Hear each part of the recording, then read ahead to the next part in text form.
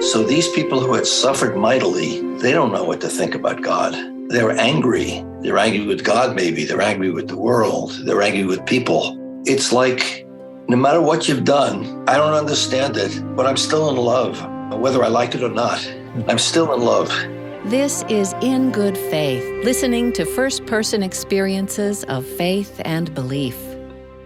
Thanks for tuning in to In Good Faith. I'm here in the studio today with our senior producer, Heather Bigley. Hello. And also student producer on this project, Lia King. Hello. And I think we've got a really interesting episode because we are combining two different speakers, two different interviewees. We start with Lucy Bregman from Brown University, and we speak with her from her home in Philadelphia. And then in the second half, Dr. Howard Wettstein from his home in California. And I think you will be interested in how these two intermesh. So first of all, Lia, why Lucy Bregman?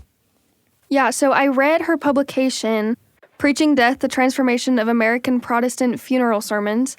And it was interesting how she talked about in the last 100 years how much change there have been in these funeral services. And also, I thought it was interesting that she was a Christian convert herself. So we see the change and how religion influenced her life. Yeah. Mm-hmm. And I was really surprised at how much funerals had changed over the years. So she starts off really with saying, I think they were kind of grim. We today would say they were grim. Yeah. Maybe 100 years ago, like, this person has died as we all do, and you sitting here are the future dead, and are you ready? And so this whole idea that the people from 100 years ago would go to the funerals or Protestant funerals today and might be appalled at what's this whole focus on the minor element of the person who we're holding this for.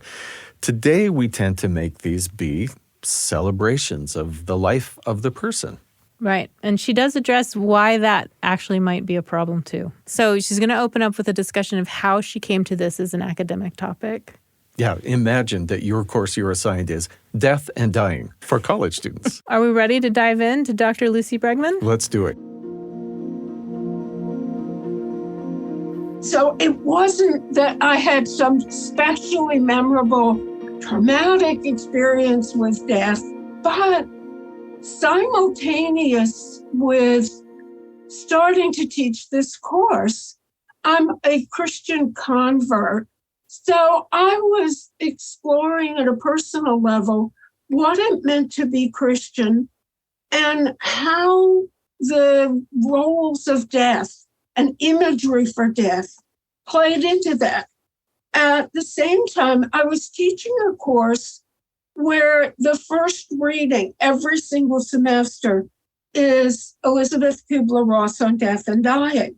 And that book, which was published in 1969, set the agenda for what I have called the death awareness movement, the modern death and dying educational, practical research agenda. So almost all the popular writings and a lot of the professional writings really begin 1968-69 as Kubler-Ross's date. Almost the same time the concept of hospice developed in England was brought to the United States. So those two events really set a new language, a new kind of set of ideas, images, and practices surrounding death and grieving, bereavement. And over the years, it became clear that the religious material was really disconnected from this newer approach, that there was almost like this gigantic gap between what in a world religions mode, you talk about what Muslims believe, what Christians, what Buddhists believe. It was apparent that the death awareness movement agenda, which puts a lot of emphasis on death is natural and we should accept it, and death is a loss. That this was where students' hearts, minds, and souls were really at. I mean, people could relate to that. Anything different than that felt strange to them. And along with that, goes the assumption that back in the nostalgic small-town past, people accepted death and it was a natural part of life. And I finally realized that this nostalgic picture needed to be really questioned by looking at what did people really say and think about death, and particularly what did Christians really think about death. And the one occasion where there were formal requirements to do something with death was with funerals. So that's why I started to look at what was said at mainstream Protestant Christian funerals about death. Did they really say that death is natural and we should accept it? And what I discovered was they didn't. Instead, there were a lot of things said about death. And if the sermons, I must have read thousands of them in various anthologies, if those were any indication of what at least the more official, say, mainstream American Protestant understanding of death was, not even the stodgiest, most conservative congregation today could sit through those sermons without getting up and throttling the preacher. They were unbelievably out of a world where the funeral is to remind everybody that they're the future dead. Rather than comfort anyone. But real comfort comes from learning that, for in the words of one very vivid example, last week he was in his office, today we bury him. Are you prepared for the world to come? Everybody was addressed as the future dead. The shift is the people who are at the funeral are the current mourners. They need comfort. They need meaning. They need to have a sense of a life, maybe not always well-lived, but a life concluded. That would have been considered totally tacky in 1920, for instance. Tacky because the point of the funeral was not the biography of the person who has died. That would have been considered minor and irrelevant. The point was a theological point, and the view of death was that heaven is our home. All sorts of poems, stories, analogies with the first home that people remembered from childhood, all that was invoked incessantly.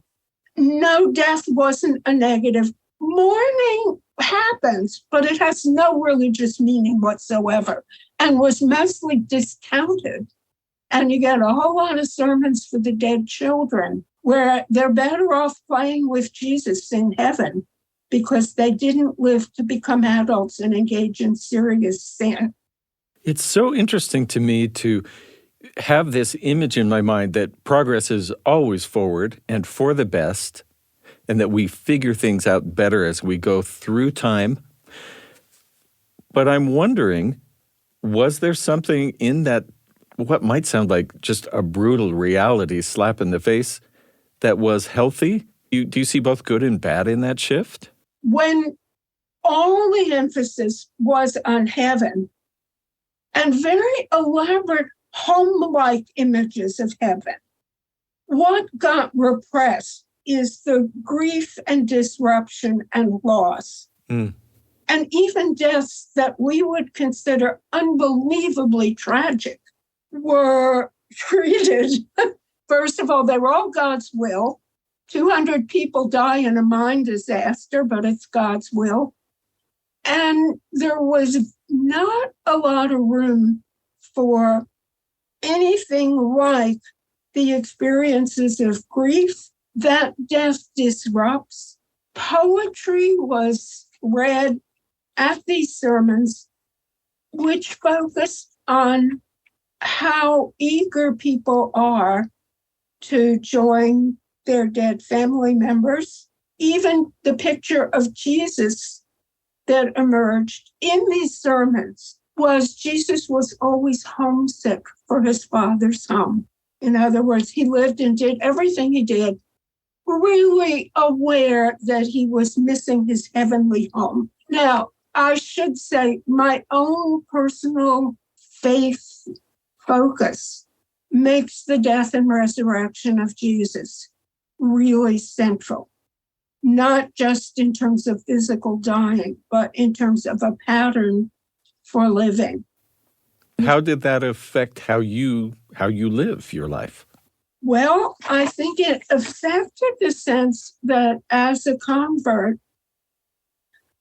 I knew that there were things that were left over that had never been truly buried with Christ in the tomb, that had never been baptized, so to speak. And it took me several years to be able to formulate or even begin the idea that conversion is not an all-at-once thing, but it is gradually letting go and in some ways letting pieces of oneself die with Jesus to be raised by him. And I take that really as a central theme. Now, I should be very grateful to others who have written about that in the context of funerals today. So a really good way to put how that kind of focus fits into what I believe funerals, Christian funerals, ought to be doing is the death and resurrection of Jesus is the big story. A guy named Robert Krieg wrote an essay on this, and I'm quoting from him. The big story is what happened to Jesus. The little story is the story of the life of the person who died. And the point of the funeral, and especially the funeral service, is to link those two in a meaningful, comprehensible whole. You've just answered one of my next questions, which was, if you were asked to speak at a funeral, what would you say? And I think this is what you're talking about. Fortunately for everybody who might have been there, I have not presided at a funeral. I have been at funerals where this was done very, very well and meaningfully. But unfortunately, with the death awareness movement's agenda focused on grieving, along with that came the idea that the purpose of a funeral is to celebrate the life of the person. Now, that would be the little story. But the little story in many of the funerals and memorials I've been at just swallows up the whole event. And also, the goal of the little story now being to celebrate the life in all its details. Loving tributes by family members, poems written by grandchildren, and videos of the dead person are quite appropriate, given that new model of what a funeral is. The realities of the little story won't automatically fall into place within that larger framework. Funerals for suicides, for instance, have always been difficult, but the reasons now are different than they used to be. This is In Good Faith. We'll be right back.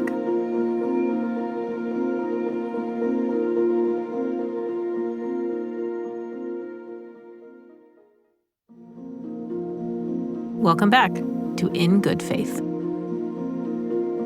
Part of your research is not only about funerals, but also about hospice, which is a program that has blessed so many families. In those times of hospice, as people are approaching clearly, undeniably, you might say, end of their mortal existence, suddenly it is not academic, but it becomes It could be clinical. It could be very spiritual. The hospice program started, it was both medical, getting better control over pain, but also social, having people live within a network of real relationships rather than sent off to a hospital, and also spiritual. Hospice is now a worldwide program. It shows up in such different ways in so many different cultures. And to me, at least, the American way of doing hospice is focused on pain relief and social support. And yes, there is some idea that this is that there is some spiritual dimension to dying, but it's not very well articulated or really worked out. That is partially because the whole question of what counts as spiritual is so up in the air and fuzzy. But hospice in rural Uganda is an example. There were no hospitals in many of the areas. There was no medical care at all, and people died of cancer or AIDS at one point with no medical assistance, intervention, anything. Hospice palliative care was the cheapest way to do something, and you could train people to give out liquid morphine. But the hospice program also discovered that many people had houses too small for a person to lie down comfortably in them. So they remodeled the house and gave mattresses out. What a small thing, but what a huge difference that can make. It's just incredible what hospice can mean in an environment where it's not a supplement to conventional healthcare hospitalization. It's the only program available. And I was very struck and moved in reading about how a hospice team works in that setting. And even the fact that Uganda being a country where there's Christians and Muslims, and the hospice team was mostly Christians. They made sure to, when they prayed with the Muslims, they prayed slightly differently, but they prayed every time they visited anybody. And my sense of what hospice is then expanded my sense of how creative and important it is to provide what people really need beyond just the physical medical stuff. Although in Uganda, that was very, very important, and it is here too. I also have a good friend who for years was a hospice nurse. And I remember there was a point at which the average time spent in hospice was something like 9 days. Just the very end. This is a program that was designed for the last 6 months of someone's life so that you had enough time to use the services, to reflect, to think, to get things together as part of dying. You've shared a lot of interesting cultural history with us today, but I do want to speak personally for a moment. Is it possible for you to express to me why you believe in God? Is it a spiritual sense or feeling? Is it experiences? What brought you to that point? I felt, looking back, that God was pushing me, pulling me. I grew up in a very secular family in a secular environment, and it's as if God was sort of had in mind all along some way of preparing me, and my interest as an academic in the study of religion was part of that.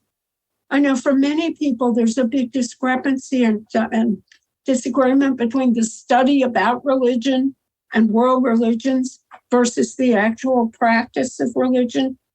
And I think that in my case, at least, that wasn't the case. And God working in my life included really learning the depth and mystery that lies behind practices, doctrines, and just this sense of the reality of, in my case, certainly the reality of Jesus. Many of the people that I met early, that was in the environment that I was converted within, focused on the Bible, and I am big on the Bible. But I guess I realized, too, that the Bible doesn't work as like a textbook. It certainly isn't like a textbook of doctrine or something.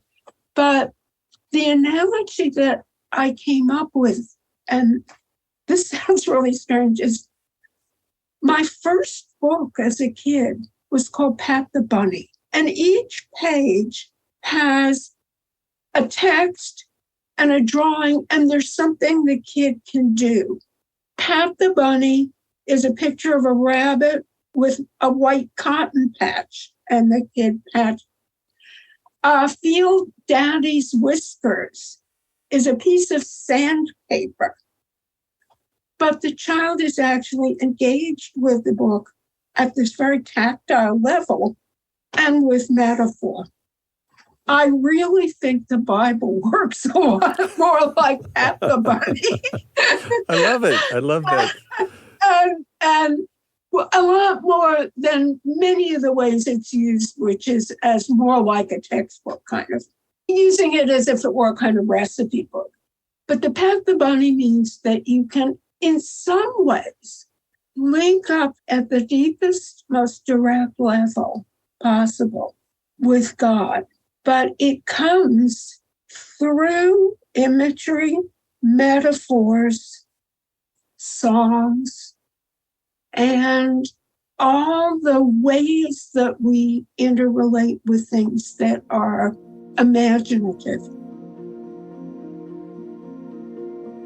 That's Dr. Lucy Bregman, who until her recent retirement taught at Temple University's religion department and had the assignment of teaching death and dying, and really got into studying this and what worked and what sparked, I guess, the interest in college students.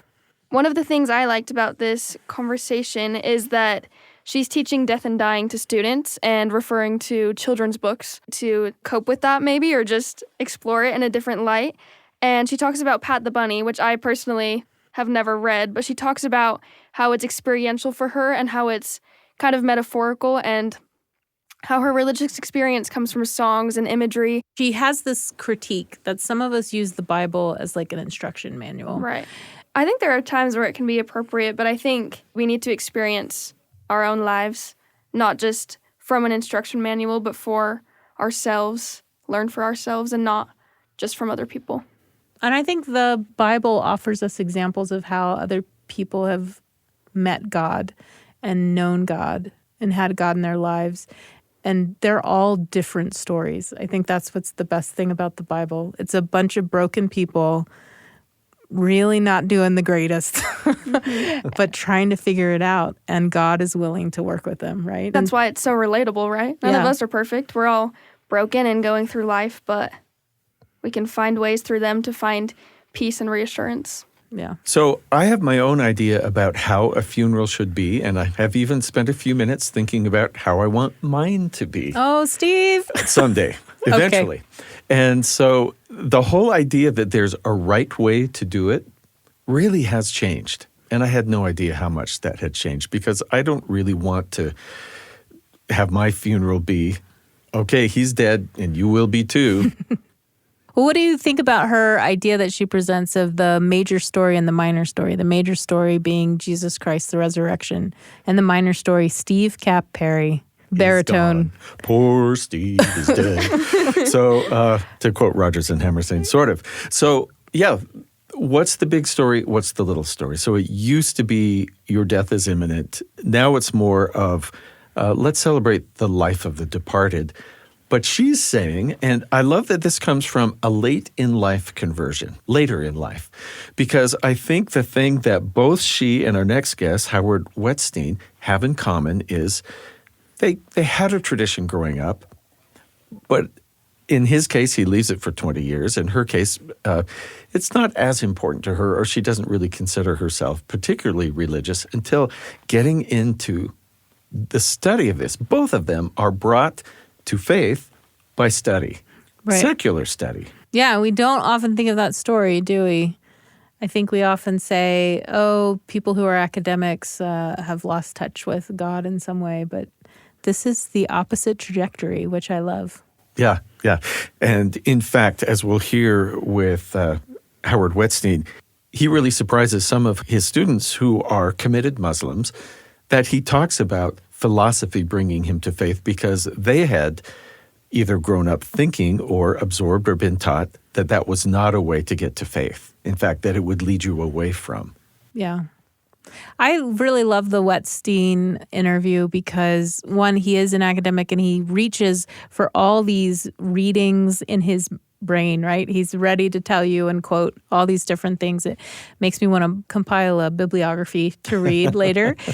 But one of the things he does do is he talks about the story of Job in a way that I find is really meaningful. Because this can be a really discomforting, unhappy story for some of us. Like, this wasn't fair how this worked out. Yeah, or, I mean, I'm always on the side of the people who die in the story of Job. I don't know about anybody else, but... Yeah, his wife, his kids, his servants. All of his kids, they just are killed off, and then in the end, he gets some new ones. And that, to me, has always felt kind of cold, right? Wait a minute, are they all so easily replaceable? Yeah. But he really focuses on the experience of Job, his grief and anger, and his relationship with God. And that was really helpful for me to hear.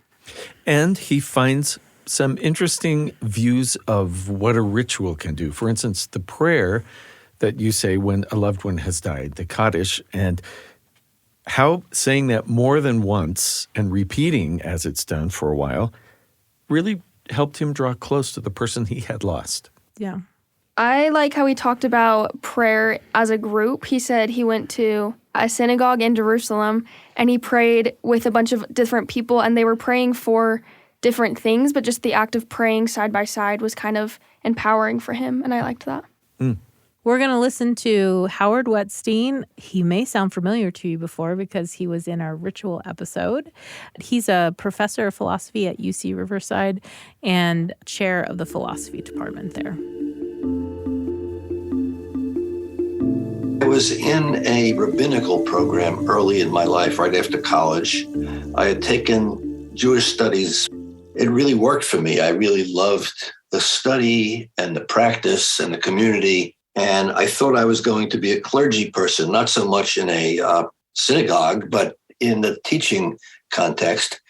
And then I had a kind of crisis of faith, and I left religious life for about 25 years and entered graduate school in philosophy, which was a bit of a strange transition because I didn't like graduate school. It didn't have the warmth and support of the community in the way that I had it as an undergraduate. So graduate school wasn't fun, but I love philosophy. I love thinking about these questions. And I started thinking about them because of religion. That is to say, religious life really grabbed me. But what about belief in God? Should we believe there is such a thing? And how do we know that? And what counts as evidence? And that led to philosophy. So I spent 25 years teaching philosophy without a religious orientation. So those questions always mattered to me a lot. And at a certain point, I had a religious turning in my life, but it was a lot by way of philosophy. I mean, they came together in ways that since then they've never been separate. I gave a series of lectures at a Palestinian university in East Jerusalem because I go to Israel a lot to do work and to talk to people and to study. And the kids who were Orthodox Muslim was stunned that I came back to religion by way of philosophy. They thought of the two as opposed. Isn't philosophy usually opposed to religion? My point was not for me. Not for me. I think you're the perfect person to pose this question too, because you've been in the community and know it well enough to, quote, speak the language natively, knowing it as a first language of faith, and then going elsewhere, and then coming back to it later in life. Yes. In a short paper, Living in the Throes of Paradox, you quote William James that religion is largely a matter of the gut, surely not purely of the head. And some people would say, well, that's giving up. Think harder.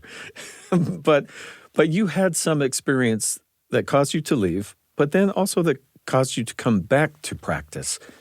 What was it you were looking for or that you experienced that was of the gut and not purely of the head?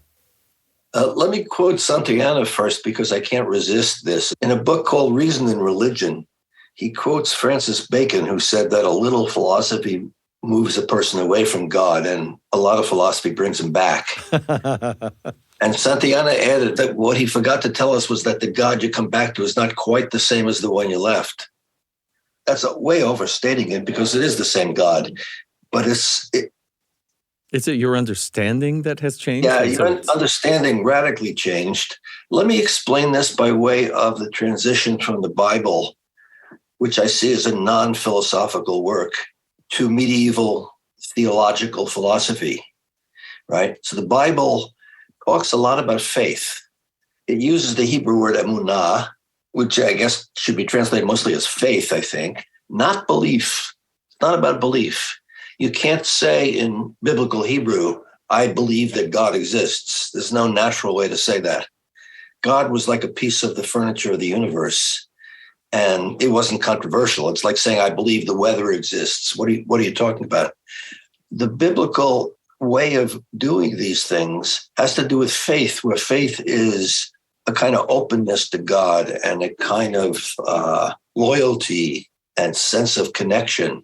As times moved on through Christianity and then Islam, religion became a theory of the world, a kind of philosophical theory of the world. Mm-hmm.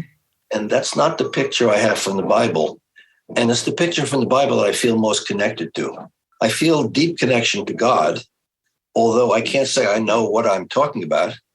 It's not about existence exactly. That's the wrong idiom for it, I think. If we actually could explain it in words, maybe we would never have that feeling of awe. You might say there's two kinds of awe.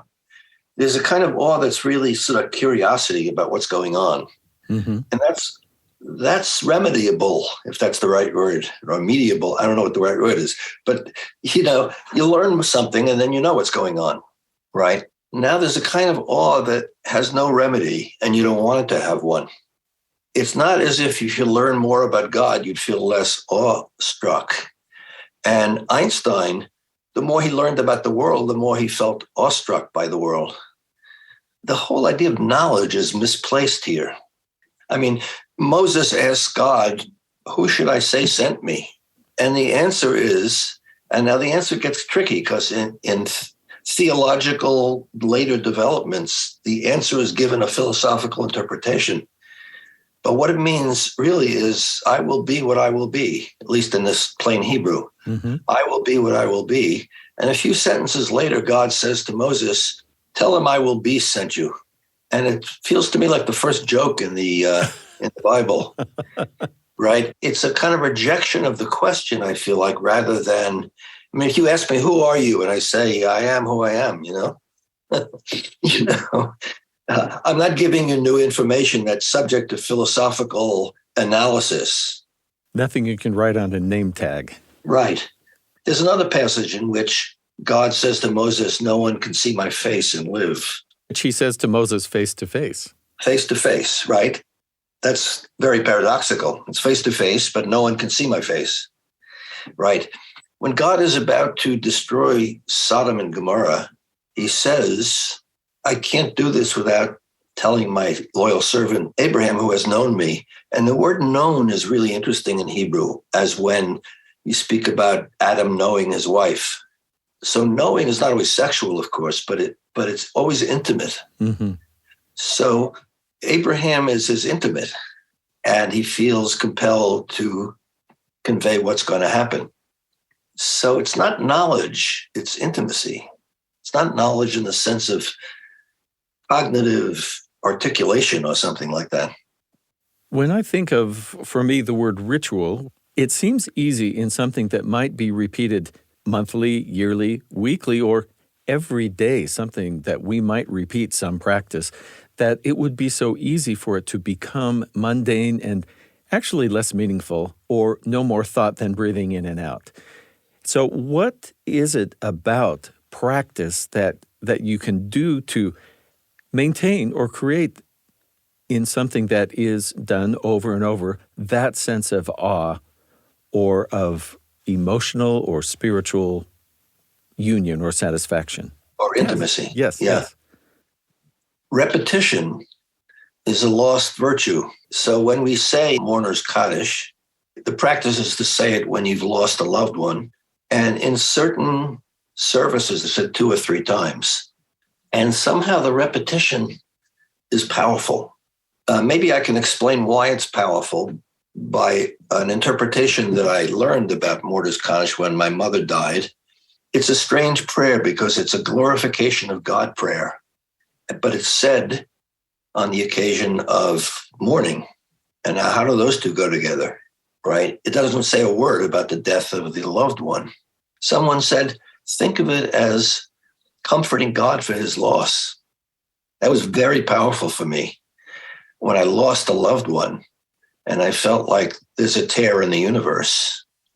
To be able to comfort God for his loss is very powerful. And the fact that it's repeated 3 times in 15 minutes is somehow even sweeter. It's like kissing a loved one several times. But the loss of my mother was very dramatic for me. I wasn't very close to her, and I thought it would not be such a cataclysmic occurrence when it happened. And then it was terrible in ways I couldn't have anticipated. I think when you don't have such a great relationship, sometimes it's harder when you lose someone. And I was just coming back to religious life and thinking about meaning and God. And somehow it became a very important transitional period in my life.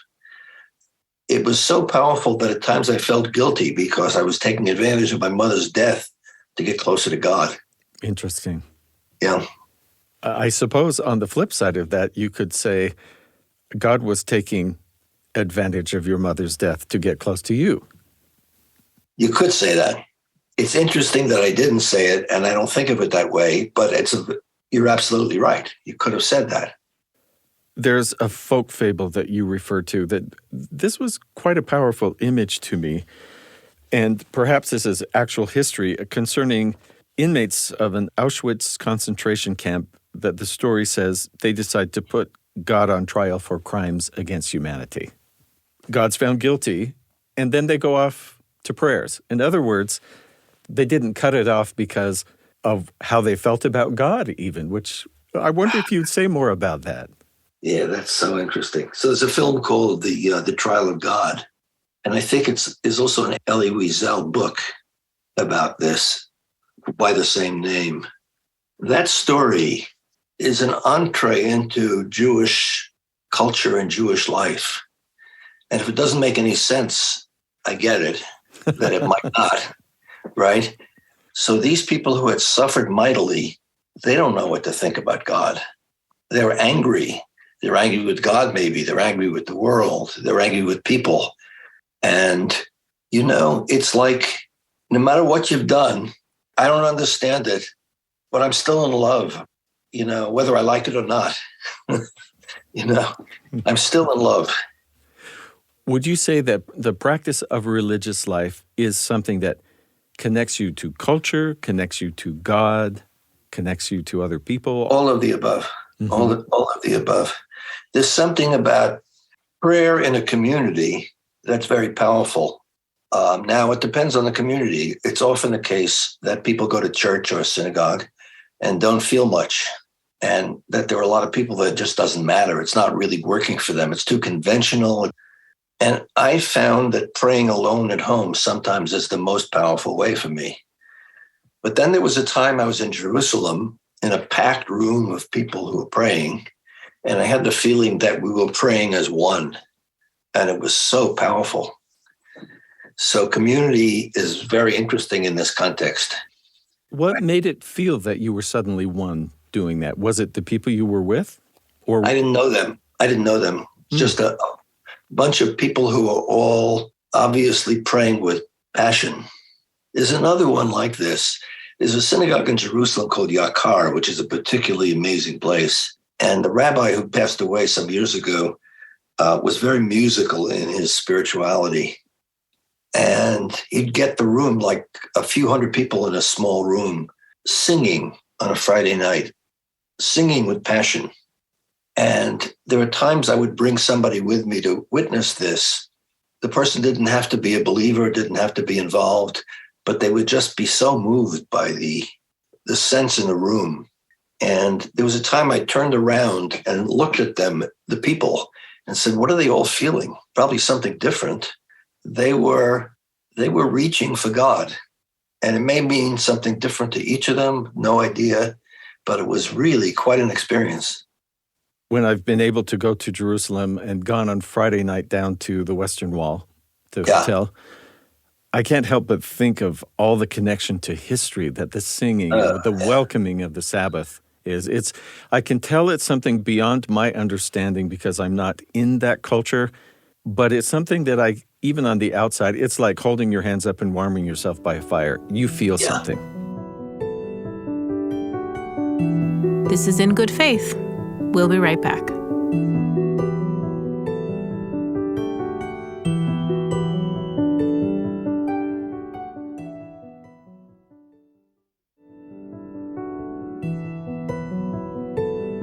Welcome back to In Good Faith. So we find a lot of comfort from scriptures. The Hebrew Bible has, of course, a creation account. It gives the law and how to live.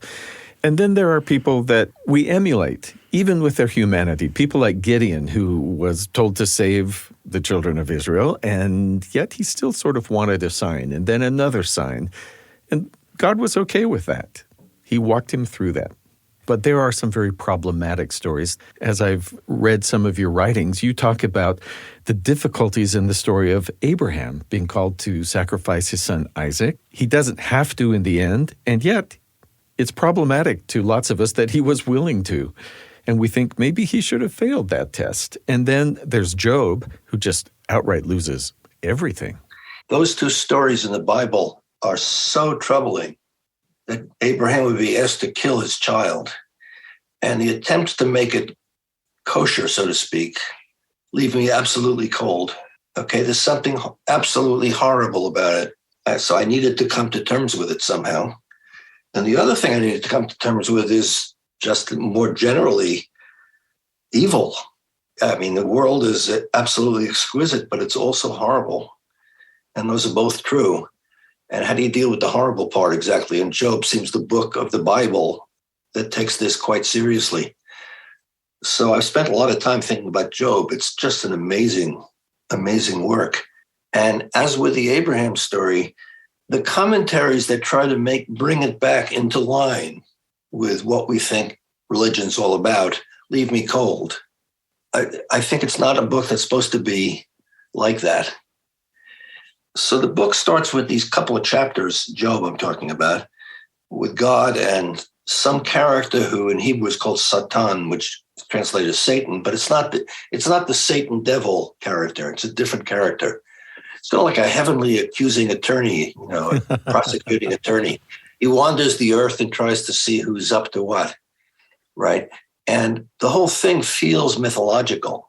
God and they make a bet, and the first two chapters are prose, and then the heart of the book is all poetry, and it's extremely sublime poetry. It's really amazing poetry. And then the last chapter again becomes prose. And there are scholarly suggestions that maybe the front and the end, the beginning and the end were added on or something, and that maybe the core of the story is the poetry that maybe existed since very ancient times.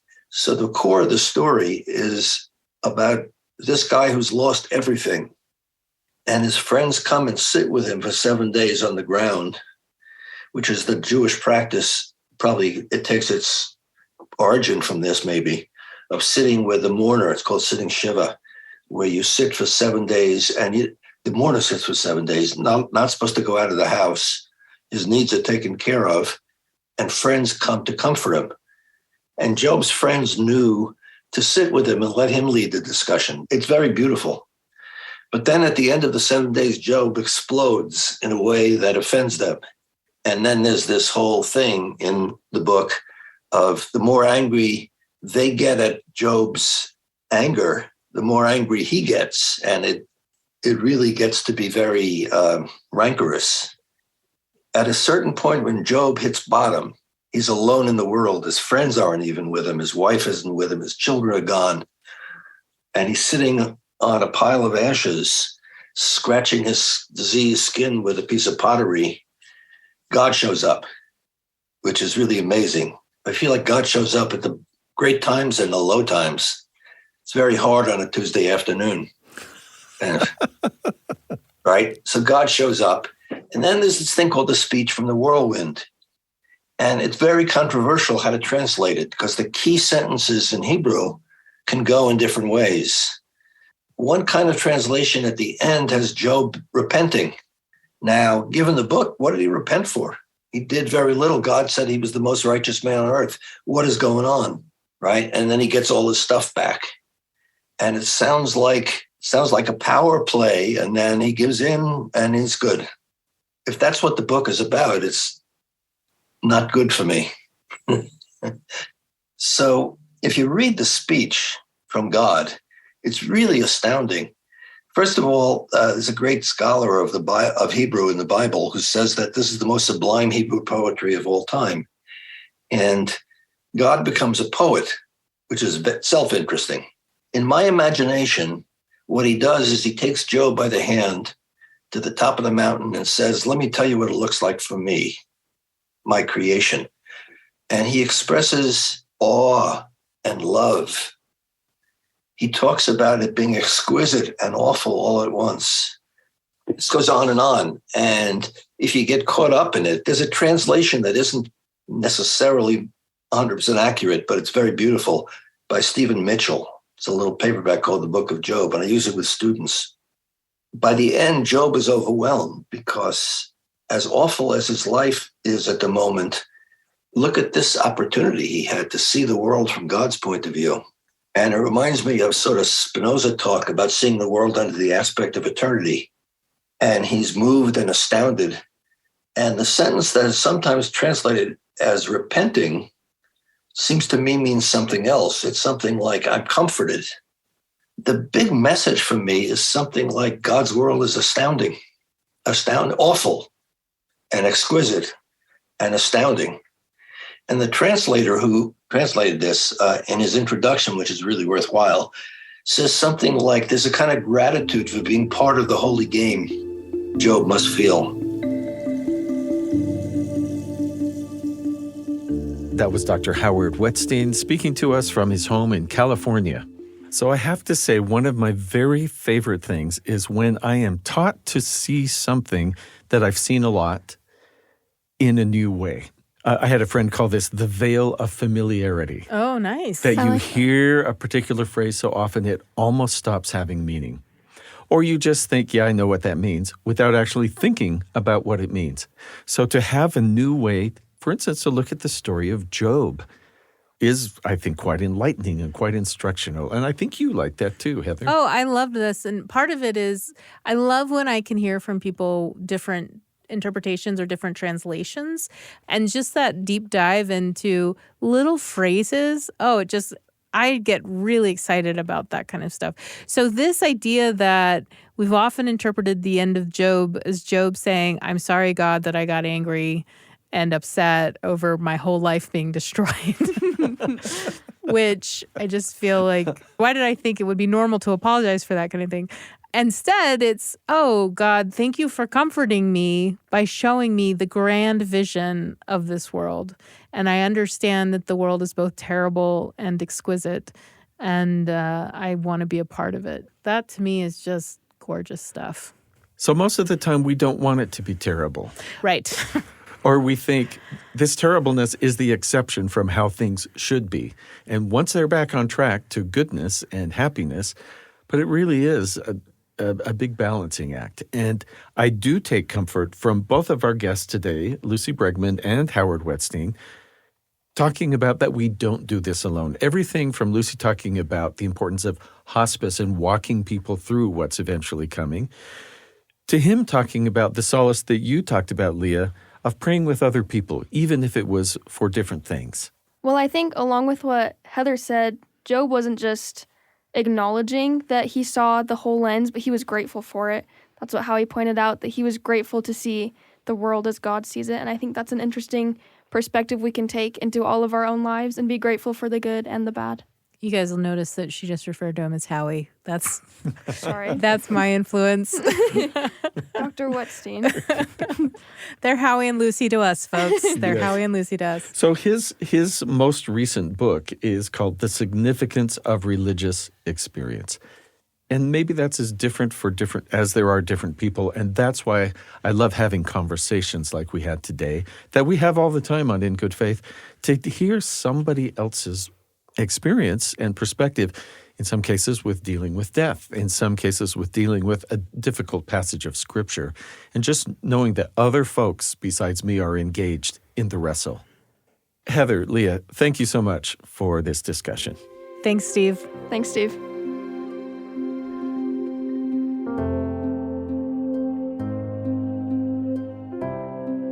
Many thanks to Dr. Lucy Bregman and Dr. Howard Wettstein for speaking with us today.